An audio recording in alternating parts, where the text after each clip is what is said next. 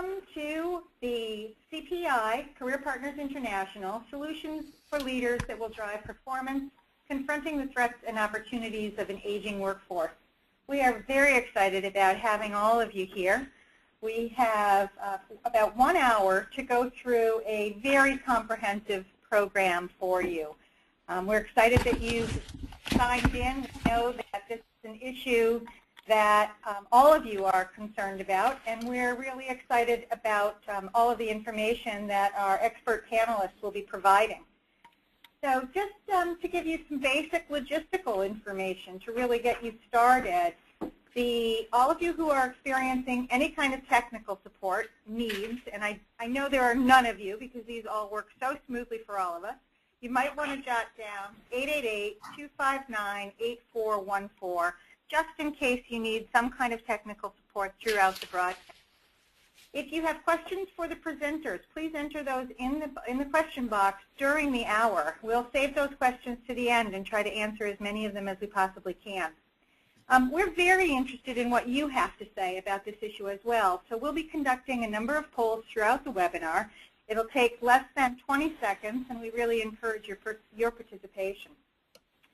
We'll have a few questions at the end, so at the exit, we'd like you to answer just a few questions for us. Again, we really appreciate your input. We also want you to know that this webinar is certified for HRCI credit, and more information about that will take place at the end of the broadcast. I'm Elaine Varelis. I'm chairman of Career Partners International, and I'm also the managing partner at Keystone Partners in Boston. We are very excited to have you. Again, my background, career consulting, coaching, small companies, large companies, Fortune 500, not-for-profit. Career Partners International is an organization that I've been proud to be a part of since its inception in 1986. We are 160 offices with 23 countries. Our services include career development, career transition, executive coaching, solving issues around the mature workforce as well. So we hope that you've had the opportunity to either work with or meet your local CPI partner because we are your global partner relating to all of your talent management issues. We really want to partner with your organization. Our agenda today is packed. We're going to discuss 5 mistakes that will sabotage your talent investments.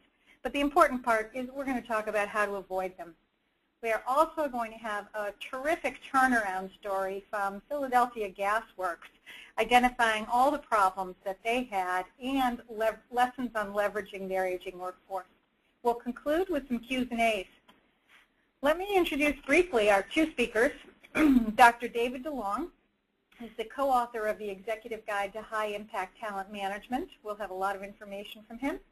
And Lorraine Webb is the VP Organizational Development at Philadelphia Gas Works. We'll hear from both of these panelists today. David DeLong is a researcher, consultant, keynote speaker, and terrific author who focuses on helping organizations with problems caused by the changing workforce demographics and the issues around knowledge transfer. As I said, he wrote the Executive Guide to High Impact Talent Management. He also wrote Lost Knowledge, Confronting the Threat of an Aging Workforce. David is a judge on the AARP Best Companies to Work For, and we're excited to have him. David, let me turn this over to you. Thanks, Elaine. Can you hear me okay? We can. Great. Okay. Hello. I'm speaking to you today from my office in the woods of Concord, Massachusetts, about a mile from Walden Pond. And I'd like to welcome all of you. I know you may be sitting in a hospital in Tennessee, or in an energy company in Houston, or a manufacturing company in Illinois or Colorado, or in an consulting office in Winnipeg or Toronto, or a university in California. But welcome. I hope in a moment, I'm going to show you why it's more important than ever to create effective ways to manage talent. But first, I want to provide you with a quick overview of the costly mistakes that I want to help you avoid when it comes to recruiting, developing, and retaining great employees.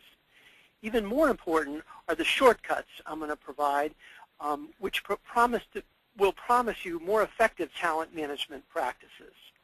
My hope for you is that you'll leave this webinar with at least 2 or 3 valuable ideas you can apply immediately in your organization. My co-author, Steve Troutman, and I did over 70 interviews with senior executives and top talent experts to get to the findings that I'm sharing with you today. So here's a quick look, first of all, of the 5 costly mistakes you want to avoid. These are things I'm going to be talking about in the next hour, over the next hour. First of all, one is not defining the concept of talent management effectively in your organization. Another is failing to prioritize talent management risks, talent-related risks. A third is assuming your senior executives know what their role is in this changing environment and what they need to be doing to effectively manage talent. Fourth is believing that leadership development is just something you need to do more of. And we'll talk at some length about that. And then finally, assuming older workers' retirement plans weren't affected by the recession. Of course, what's really important here are the solutions. But these mistakes, I think, are a way to get your attention on what we can be doing to improve performance around talent management. Can we launch the first poll, please? Now, take a look at this poll, please.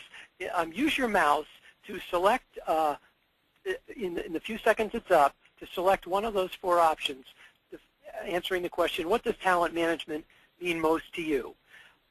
Use your mouse to click one of those buttons. This is only going to be up for a few more seconds, so those of you who are multitasking, close your email screen and respond quickly, please. The poll is closing now. Just give us 5, 4. Looks like, give us another, this is the first poll, so we'll give them a little more time. Okay, 5, 4, 3, 2, 1. Okay, let's close the poll there. And now you can see the results. Here we can see, because I know we have a substantial audience of human resource professionals and executives, the majority of you identified talent management as all activities in the employee life cycle. We'll talk more about that in a moment. But note that at least 10% of you talked about succession talent management as being focused on really succession planning for the executive team and key players. Now, this leads us, we can leave this poll now. Thank you, and go on to mistake number 1. That is, in the research for our book, when we asked about talent management, we found executives often are thinking only of succession planning and leadership development for their top team, while HR leaders are usually thinking more about the full employee life cycle. That is, recruiting, hiring, developing, performance management, retaining, and even rehiring retirees, the whole cycle. But the biggest mistake people make here is, and let's go to the solution, is although there's no right answer or right term to use, you may call these activities in your organization workforce development or human capital. Those are some of the more popular terms. But organizations waste millions of dollars every year because there's no agreement often on what they're focused on, what they mean by these terms, particularly when you're dealing with your line managers and executives, and particularly executives who often are laser focused on just their top team. So the first step is to continually have a conversation to define what you mean by talent management, and more specifically what your objectives are for it. In this webinar, by talent management, we are going to be talking in terms of the full employee life cycle, all those activities that I listed a moment ago. Okay, next slide, please.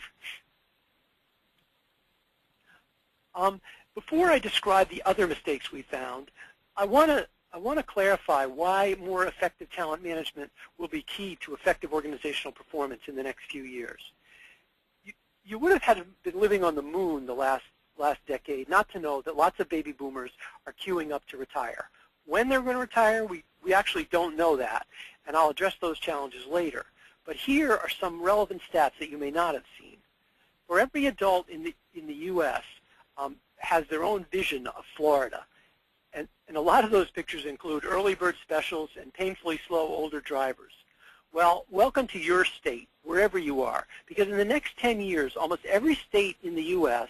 and most provinces in Canada are going to have the same demographics as Florida. That's what the landscape we're facing.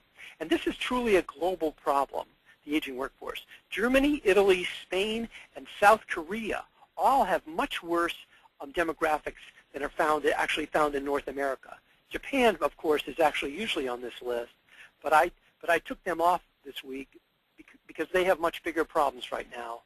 They're certainly in our thoughts and prayers today as they wrestle with the incredible challenges they're facing over there. And finally, one key is that all these countries have surprisingly low fertility rates, well below population replacement levels, which means not only do they have a large aging population, but the new generation will be much smaller. Even China, the next great economic superpower, faces its own aging problem. Its one-child policy has created an unsustainable pension process, which means younger workers today are going to often end up supporting their 2 parents and possibly 4 grandparents because people there traditionally have retired at age 60. So this is truly a global problem. But for those of you who like pictures, here's one that's not pretty, but it summarizes the looming workforce problem in the U.S. and Canada, which has basically the same numbers. The main takeaway from this graphic is that the huge increase in workers aged 55 to 64, which is the second column from the right, is occurring right now. They're growing more than 40% in the 10 years from 2004 to 2014. Compare this to the number of workers aged 35 to 44, which is shrinking almost 8%. This is why at a macro level, there is going to be such a war for talent in the years ahead. There is a huge gap in the number of mid-career workers today that are going to be needed in the future. Next, please. Now, unfortunately, this slide was originally created as a build, and due to technical difficulties, I can't share it with you that way. But start by looking at the far right, the gold circle on the far right, performance goals. Here's why this talent drain is so significant and why it's so important to your organization that your organization become more effective recruiting, developing, and retaining great people. All the conversations about the changing workforce have to start in the context of performance goals. Changes only matter if they affect organizational performance. All these issues we're talking about are frankly irrelevant unless we can show leadership how they're going to affect our performance. The reason these demographic shifts matter so much today is because if you look to the upper left-hand corner to that cloud of more intensive knowledge work, is the huge explosion of knowledge in the workplace in the last generation, starting with, frankly, the introduction of personal computers back in the late 70s and early 80s. To be effective today, leaders and employees need to know much more about technology, products and services, customer needs, regulatory issues, competitors, global business processes, supply chains, and so on. This huge, at the same time, we have all kinds of real and potential turnover represented in the triangle at the bottom, pointing upwards. Looks like a little volcano, actually, this graphic, which means veteran employees are often leaving organizations today with hard-to-replace skills and knowledge critical to future performance. And that leads to a degrading of strategic capabilities, a capability loss, which can have a direct impact on performance. For example, reduced innovation comes when we lose key scientists and engineers, which reduces our capacity to bring new products to market fast. The result is often a reinvention of the wheel. If an organization's strategic objective is growth, your ability to grow can be restricted by the lack of experienced salespeople and leaders who can drive new operations. I interviewed a global chemical company a few years ago that was interested in opening new chemical plants in Southeast Asia in the next decade, and they said, our problem is we're losing our senior chemical engineers faster than we can train them. And the reality is you don't open complex new operations in foreign markets with inexperienced people. So we can see the potential for growth undermined by the degraded capacity. If you're trying to sustain a low-cost position that relies on efficient operations, then degrading your skill base can lead to increased costs due to more frequent quality upsets that take longer to diagnose and fix. Finally, whenever there's an industrial accident or a medical error today, you need to ask, what was the level of experienced staff on duty at the time of the event? If that level was different, could the accident have been prevented? These are very important questions, and all these impacts are caused by staff and leadership transitions that have a direct bearing on organizational performance. Effective talent management is the key to minimizing these costs and improving these transitions. Now, what we found in our research, though, and this won't surprise you, is executives have very different perspectives on these talent problems. Sometimes you'll have senior leaders who are truly alarmed about their talent issues, the talent issues they're facing given the changing workforce. I remember one small software company we studied was trying to grow its sales force from 3 people to 20 people in the next year. They'd gotten a major infusion of capital, and their chief operating officer suddenly realized we have no talent infrastructure to recruit and develop those people, particularly since we're trying to open in foreign markets. Other executives will be fairly confident about their existing processes, talent processes, and some will be some executives are frankly in complete denial about the subject. They just don't have time for this. Yes. David, this is Elaine. We yes. certainly appreciate the executive's perspective, but as we discussed, we're really interested in what our webinar participants have to say. Can we launch a poll? Sure. Let's launch a second poll then. We're going to give you a chance. We want to hear what you tell us your level of concern about your talent management practices, if you would. Again, take a few seconds and respond, please. This poll will be open for just a few more seconds. Well, let's say 10, 15 more seconds, and we'll take time to sort of get your take on this. And give me about 5 more seconds. So. Move off your email, put down your NCAA bracket pool, and fill out that respond, please. Okay, that's a big enough sample. We can you can close the poll now, please. Oops. Okay, so here we go. See, this is interesting. Look at this. Of all of you attending this right now, we had a pretty even split between a lot of you are alarmed, are concerned about the quality of your talent management practices, but a fair number of you are, 31% of you are confident in what you're doing, a small percentage say you're in denial or don't care, and a significant percentage say you don't know. Again, recognize the differences in perspectives here. The important thing is to beware of being overconfident or obviously in denial. But in reality, we found in our research lots of talent management programs out there that are not delivering what they promise. Quick story, a major global consumer products company, the new CEO of this company, they're actually based in the UK, came in and planned to launch a major strategic initiative to develop an integrated global organization. And this is a company that was held up as having world-class talent practices. They went to all the right conferences. They were benchmarked against. They got a lot of good press for having leading-edge succession planning processes, management training.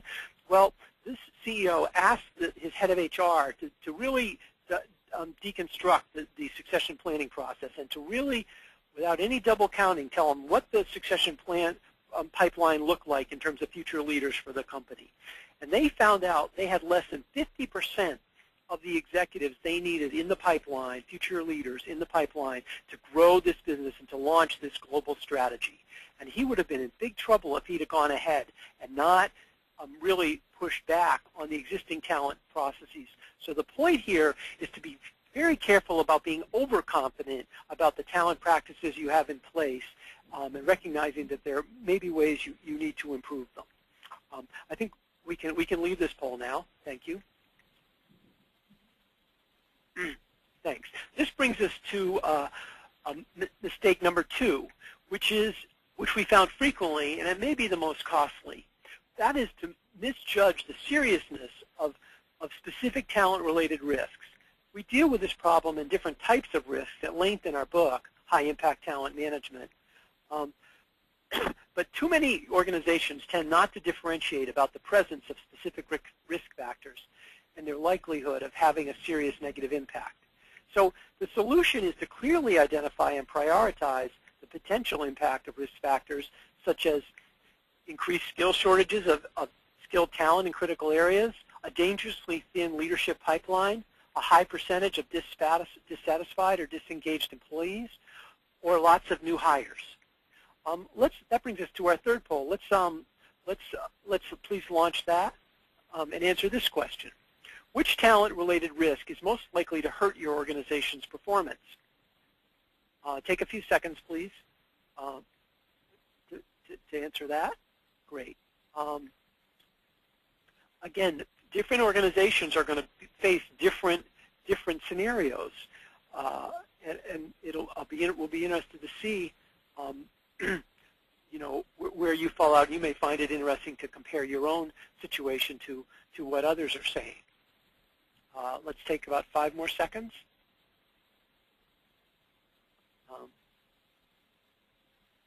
Okay, I think we can close the poll now. Show the results, please. Okay, great. Now this is, again, very interesting. Look at most of you, a slight majority of you, are most concerned about the shortage of talent in the leadership pipeline. And I can tell you that that fits our research. I'll talk more about addressing that in a few minutes. But note there is a range of risk priorities here. A lot of you are concerned about a shortage of critical skilled talent, and a fifth of you are concerned about dissatisfied employees, which I think is an extremely significant concern, as the data from the Gallup poll has showed that there's a high percentage of employees who are likely to be interested in taking other jobs or moving out of organizations. Note there's just a small percentage of folks who are concerned about high percentage of new hires, but if you get into a lot of turnover and you have a lot of new people in the organization, that can severely reduce productivity as those people go through onboarding processes that may or may not be effective. So I think we can, again, leave this poll at the time and move on to solution 2A. I want to share with you a couple of ways organizations identify and deal with these risk factors. At a strategic level, executive teams can often use this matrix to engage in a discussion about different types of risks. The vertical dimension reflects the impact of potential talent risks, which is scored on 1 for minor to up to 5 for major impacts. The horizontal dimension shows the probability of a risk occurring, also scored on a 1 to 5 scale. An executive team in one regional hospital we studied used this matrix to drive a discussion about strategic business risks. And they were surprised to find that the top-ranked risks for achieving the hospital strategy were tied to effective leadership development, not healthcare reform or medical malpractice insurance costs. But the CEO was very taken aback that at the end of this full-day session executive retreat, leadership was the key issue they saw as limiting their ability to grow. Now, this matrix actually has some significant limitations, but it is at least effective in starting a high-level discussion about talent and other risks. Next. Now, the real need created by the changing or aging workforce is to manage more tactical talent-related risks. This means understanding specifically what capabilities are threatened while there is still time to take action. Historically, headcount plans, demographic profiles, and competency models, unfortunately, have been too general to identify the specific risks, much less to prioritize them. And organizations that rely on those are going to find themselves losing capabilities that they didn't realize. Now, one key variable here is being able to match your existing skill base with what the organization needs in the future. That changes. Okay, next, please. Again, this is a slide that I wanted to show you as a build, but we're not. So start in the upper right-hand corner, please. I'm going to share with you a example of a very practical tool we've developed and now applied in a variety of industries called the Knowledge Silo Matrix. I want to show you how one company used this. It's an electric utility that recently was facing a major wave of retirements in its engineering workforce. 40% of 350 engineers were set to retire. And these were people all with defined benefit plans. So they knew they were going to be leaving pretty much on schedule. Recent audits, what was most troubling was recent audits by the utilities regulators had cited workforce training as a serious safety concern and raised the specter of putting the plant on probation or even shutting it down. So this was a really serious concern to the leadership of this utility. To identify the specific capabilities most at risk, the engineering director of this plant chose to use the knowledge silo matrix, which we call the KSM for short. His team first created an inventory of knowledge silos, which down the right-hand side of this slide, you can see a list of deep and narrow areas of expertise that might be relevant to your organization. In this case, these are ones that were covered by the engineering division. This slide, and you see these types of silos on the right. Then what they did is they identified more than 300 knowledge domains or silos and arrayed them in columns across the horizontal dimension of the matrix. So see here are the names across the top: elastic fracture mechanics, seismic, heat treatments, pressure good, thank you, coatings, chlorination systems, thermal hydraulics. Those are all examples of knowledge domains that they had to sustain to keep the plant operating efficiently and safely. The vertical dimension listed all the employees on the left-hand column. For our left-hand column, listed all the employees in the organization whose job called for some mastery of any of these silos. Then by surveying supervisors, senior staff was able to rate each employee in terms of their capabilities in relevant silos. Experts or potential mentors here are marked in purple. These are experts doing work in ways that management wants to replicate. Those who can work independently are coded green. These are dependable, sort of solid citizens, but they're not necessarily people who are strong enough in their knowledge of the area that you would want them teaching others or replicating them. The plan was very clear that saying that this is the best person we have in a particular knowledge domain was not good enough. They couldn't set them up as a mentor because they could be passing on faulty practices. Those employees who are still actively learning a particular silo were coded in yellow as apprentices.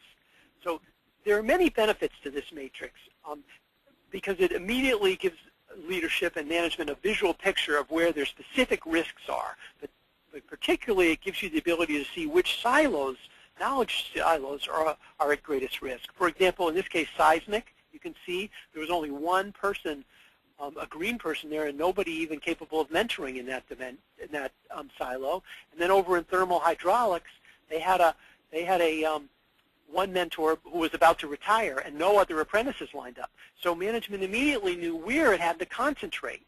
It also, this matrix also shows the ability, shows which veteran mentors may be at risk of being burned out by supporting too many apprentices. Look at employee A. See, he was being asked to mentor in 3 different knowledge silos, and that's the kind of thing that happens. I've seen it in healthcare a lot. As fewer and fewer veterans are around in a nursing organization, for example, they get pressured to mentor more and more precepts, more and more employees, and they get burned out faster and are more likely to leave. Okay, at this time, it's my pleasure, go to the next slide, we're going to shift gears and bring in Lorraine Webb from Philadelphia Gas Works. Lorraine is going to share the remarkable story of how her utility has turned its business around despite a seriously aging and changing workforce. I'm going to come back in a few minutes and share with you some of the other mistakes and solutions that we found. But first, Lorraine, who's the Vice President of Organizational Development at PGW, she has a broad range of responsibilities, including staffing, performance management, succession planning, EEO and affirmative action, leadership development, training and development. She's also previously held strategy and HR positions for pharmaceutical and consulting companies. Under her leadership, PGW's HR and OD department won the 2009 HR Department of the Year Award, We're excited to have Lorraine with us today to tell her company story. Thank you for joining us.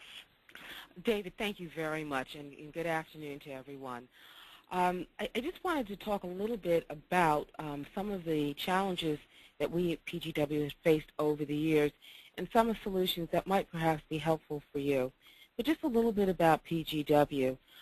We are the primary source of gas for the City of Philadelphia. We're owned by the City of Philadelphia, so we provide, if you will, heat and hot water for our residents and for our commercial entities here within the City of Philadelphia. We're the largest owned municipal natural gas utility, and we are now celebrating our 175th anniversary, and we are considered providing gas to the 5th largest city in Philadelphia. I really wanted to talk a little bit of where we were about 10 or 12 years ago and where we are now and how we actually had that journey. About 10 or 12 years ago, we were faced with three major issues for the organization. Number one, financially, we were an organization that was struggling tremendously. We were about $1 billion in debt for a variety of reasons. We were not getting bills paid by our customers on time. We added into a situation where we had a new billing system that came on board, and that billing system actually melted down, so to speak. So we weren't collecting monies on top of the fact that we were already in significant debt.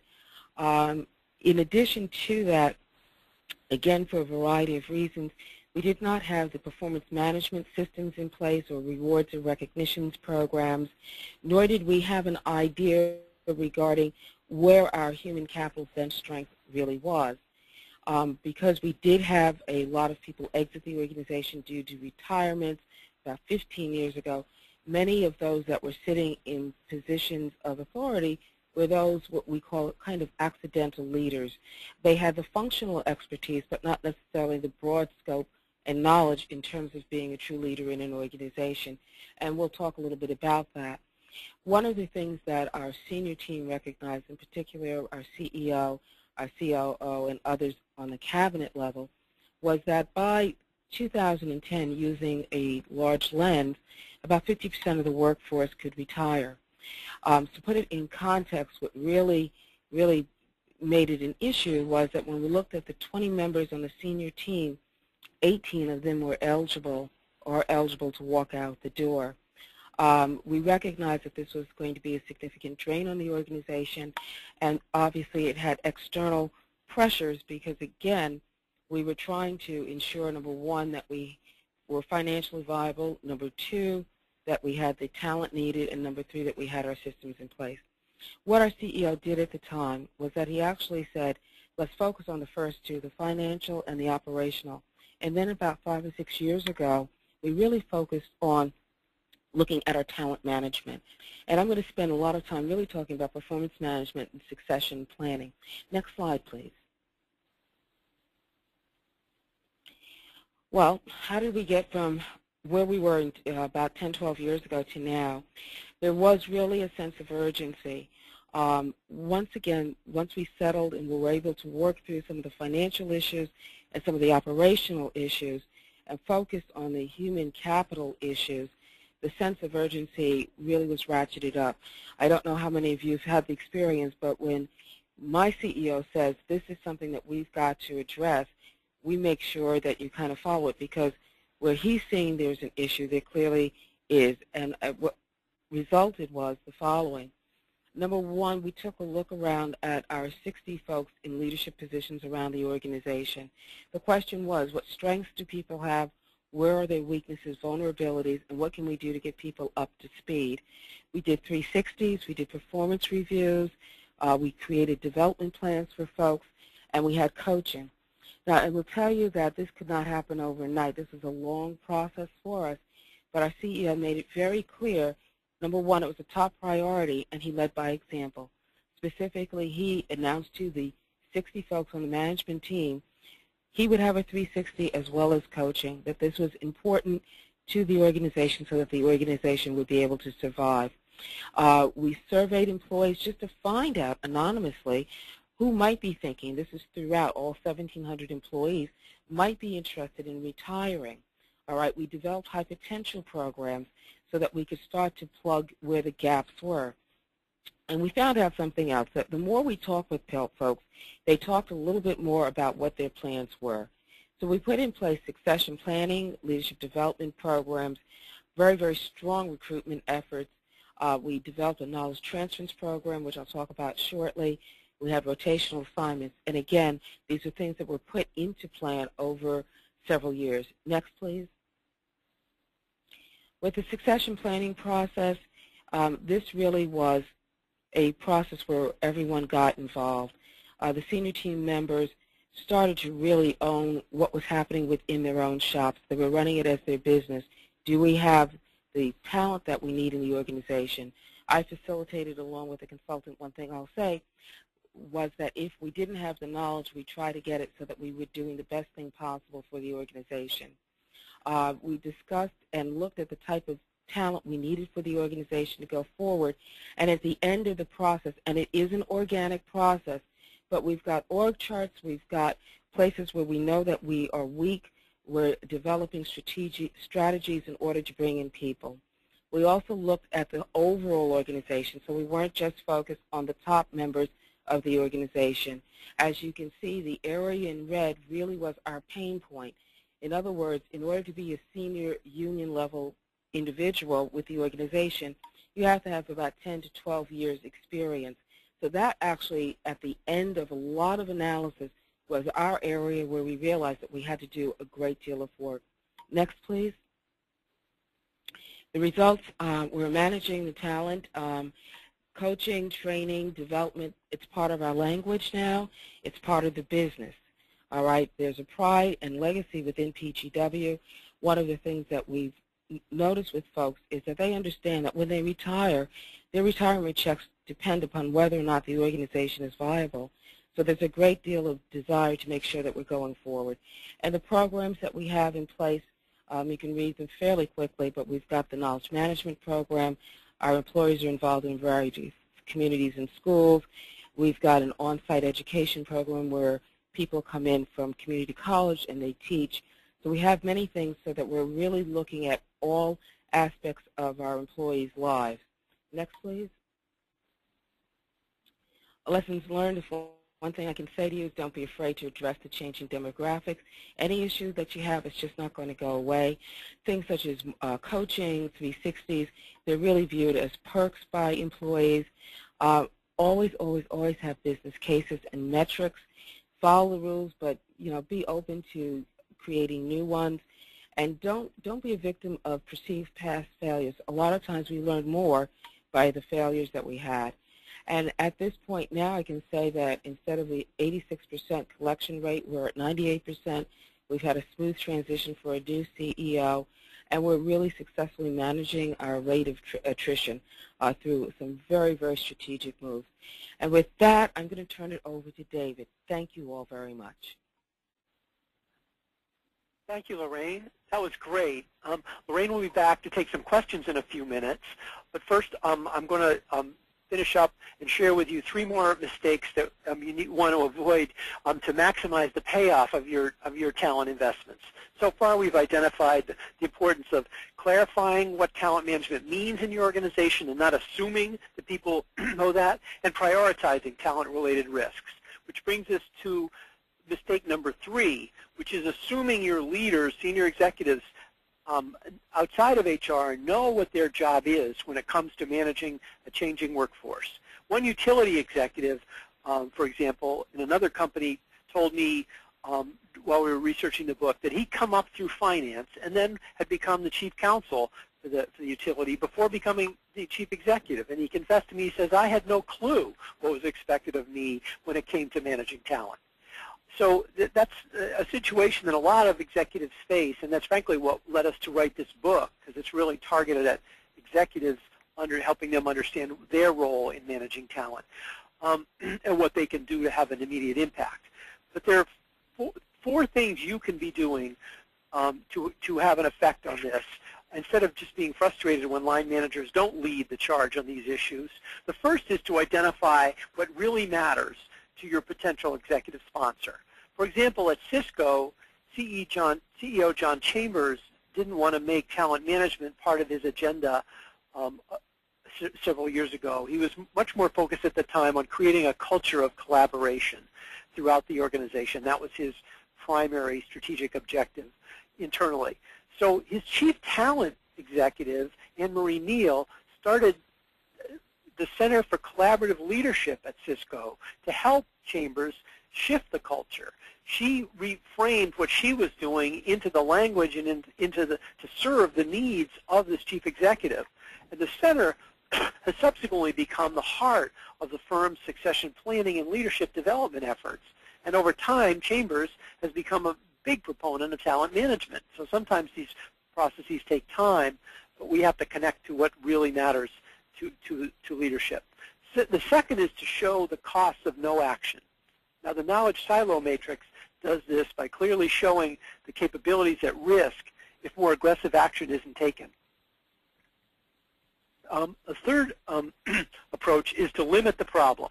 Frankly, the aging workforce isn't hurting your organization in every department. It's not going to. It's only going to matter in critical departments and critical roles.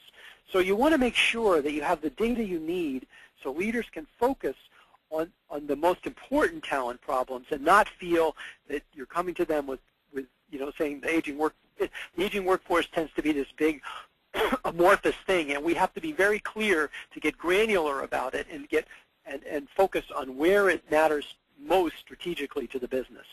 And finally, we want to script the actions for leadership to try to give the executive a limited set of tasks and activities for implementing solutions so we can clearly define the sponsor's role and show them how they can create more urgency to implement solutions. Those are a couple of the things that we talk about as key executive functions that can't be delegated, creating urgency and clarifying the sponsor's role and carrying that out. Now, mistake number 4 is believing that all you've got to do is invest more in talent leadership development. This is just not enough. There's no finding clearer in our research for our book than the great concern about developing the next generation of leaders and accelerating leadership development. And I underline the word accelerating because we've got now to fill, we've got this bimodal distribution because of historic layoffs and hiring freezes and turnover among high potential mid-careers.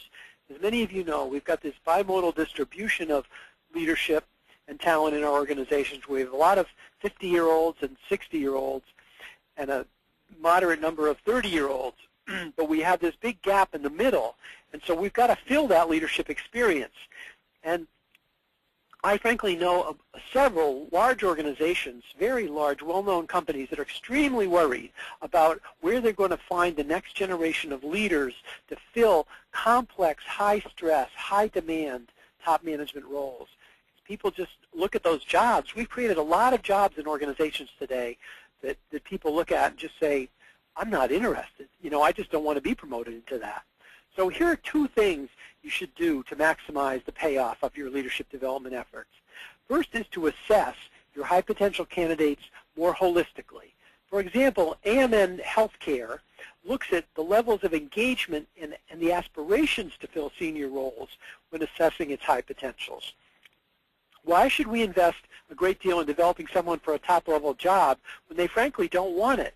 And too often we just focus on the high potential's capabilities and don't really ask them or understand what their long-term motivation is and whether or not they desire to move up in the organization.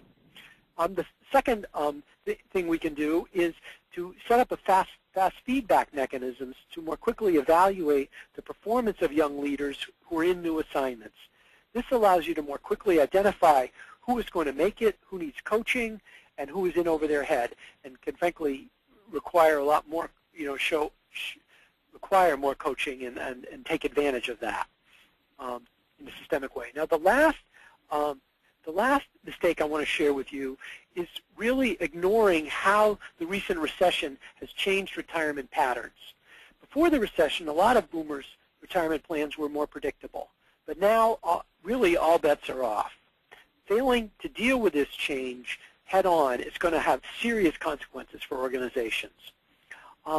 So solution number 5 is really expecting older workers to stay beyond retirement. And that means recognizing the new reality of these unpredictable dates.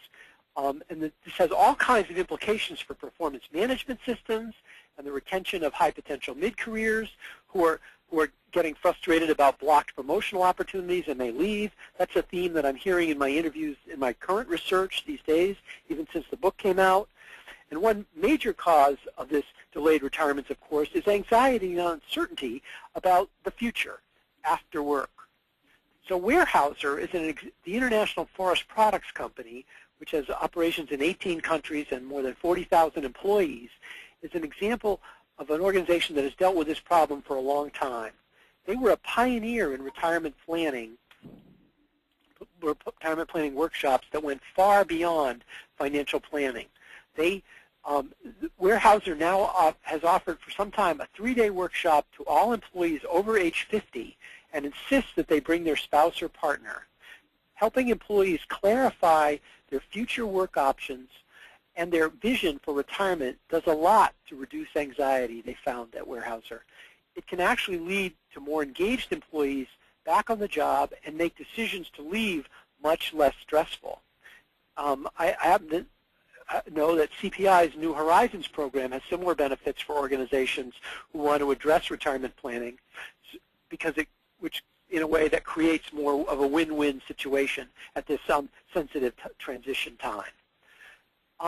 Now, if you like the ideas that you've heard today and would like more details, our book, High Impact Talent Management, is full of techniques and tools to improve collaboration between senior executives and HR on these talent issues.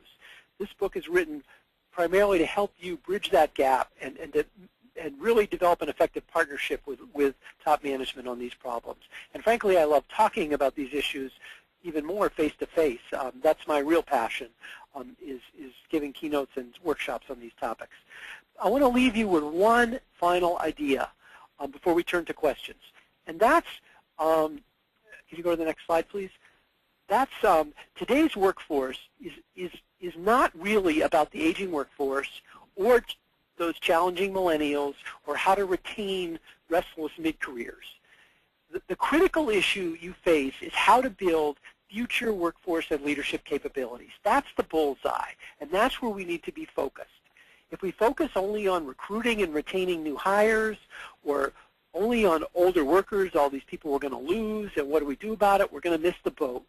We need to ask, do we have an integrated approach to talent management that takes into account the strengths and challenges of each generation? That balance is going to be a key to success in the workplace dominated by a changing and aging workforce.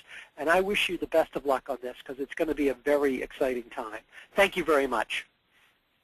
I'd like to thank David and Lorraine for their tremendous comments. I think this has been certainly really informative. We've got some wonderful questions in front of us that I'd like to, for both David and Lorraine. So let me go back and forth on a few of them. David, we've got 2 questions on the silo matrix. Yep. And at this point, on the silo matrix, under the risk keys, you identified some in red. I don't know what color it came up on. Yeah. Yes. But can you elaborate on the conditions which would place that key in the matrix? Sure. If I understand the question, why do particular knowledge domains or silos get labeled red or risk, high risk? They're because the people we have in them, thank you for putting that back up. The people, for example, look at the seismic column there, that area of expertise. There's nobody who's considered capable of mentoring or passing on the knowledge in that domain, and so they have to go outside and hire consultants or contractors who are able to deliver on that. So the risk label comes when we can look at a column, at a silo, and say we do not have the talent here, or we're not developing the talent fast enough to replace the people who we know are going to be retiring soon in order to sustain the level of performance we need in that particular area. And kind of a part two on that question is this silo matrix as effective in service organizations? Sure. It can be used in any environment where you can identify the domains of knowledge. So absolutely, it's germane in any area where you can define what knowledge is critical and who has it, which employees can be rated, as mentors, sort of, or apprentices, and then realize where the risks might be. Terrific, terrific. Thank you. Lorraine, we've got two questions for you on the retirement area. One is, how did you handle asking about retirement planning in a non-threatening and legal way? And people are interested in knowing a little bit more about the retirement survey and how you used the results. So could you tell us about non-threatening and legal ways? All right, I'll try. To be honest with you, we actually used the model from TVA, Tennessee Valley Authority. And what we did with that was really just very simply wrote a letter. The letter came from both the president of the company and the president of the union. We indicated very, very strongly that we did not want any names, but if they could give us an idea and if they could give us a title that they had, that would be helpful. We got actually a 20% hit, which actually surprised me because I didn't think it would be that high. A lot of folks were very open in terms of saying, these are my plans, this is what I plan to do, because they had a concern in terms of who would be kind of stepping up and taking their job. All right, and they wanted to make sure that they were able to pass on the knowledge and things of that nature. I can guarantee you we vetted this with our legal department for a good time before we sent it out. In fact, I was rather skeptical in the beginning. But as long as it's not used to make decisions regarding people, and that's the most important part, you can't use that information to make employment decisions, but it can help inform the discussion. Terrific, thank you. A follow-up question on what kind of consultants you used, and were your coaches internal or external, for Lorraine? Okay, we actually used Career Concepts, which is here in the Philadelphia region, and what we did was our coaches, for the most part, were external, and we did that for two reasons. Number one, we thought so people would get a comfort level because this was something new to the organization. There would be a sense of, if you will, confidentiality. We explained to people what the rules of the road were going to be. Some of the coaching would be involved regarding the development plans, which their boss shared along with the employee. But other things that people were talking about with their coaches could remain private. We really couched it in words that this is a gift to you as employees. And that really helped, I think.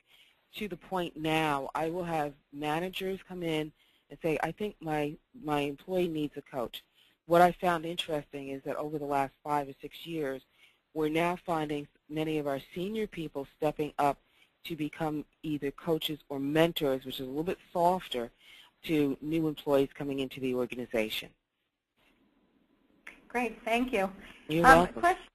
A question for you, David, on the a question and some comments on the strategic risk slides, the prioritizing tactical and strategic risks. It was 2A and B. We had some comments about risks should be listed as procrastination at the leadership level and short-term P&L thinking. So I think we've got some comments that maybe those need to be added to your slides. But right. I think people were very interested in just more information about the strategic risks and sure. How. Thank you. Sure. Again, I don't want to sound like I'm selling my book, but I'm selling my book. This is dealt with in great detail in the book, and I will say that I wrote a paper a few years ago, an article a few years ago called 5 Reasons Why CEOs Don't Care About the Aging Workforce. And I actually believe that because a lot of times, for a variety of reasons, what CEOs care about, chief executives, leaders care about is performance and future performance and developing future capabilities. And that's why we have to keep focusing on that's the problem we're solving, not solving the aging workforce problem. But it definitely does get procrastinated, delayed. And one of the things we need to continually try to do, and that I try to focus on in my work, is helping people build the business case for why this is such a critical problem to attack now, and what will be the costs of failure if we don't do that. What are the impacts on your business performance or your organization's performance if you don't transfer that knowledge or work out effective succession planning? And I think this problem is only going to become more and more problematic in organizations of all kinds. And if I could make just one quick point, for those of you who might be on this call saying, we really don't have an aging workforce problem, we have other issues, knowledge transfer, I say to you, where do you think all these other big, great employers who do have an aging workforce problem are going to come looking for great employees in the next few years when they are suddenly desperate for talent, for high-skilled talent?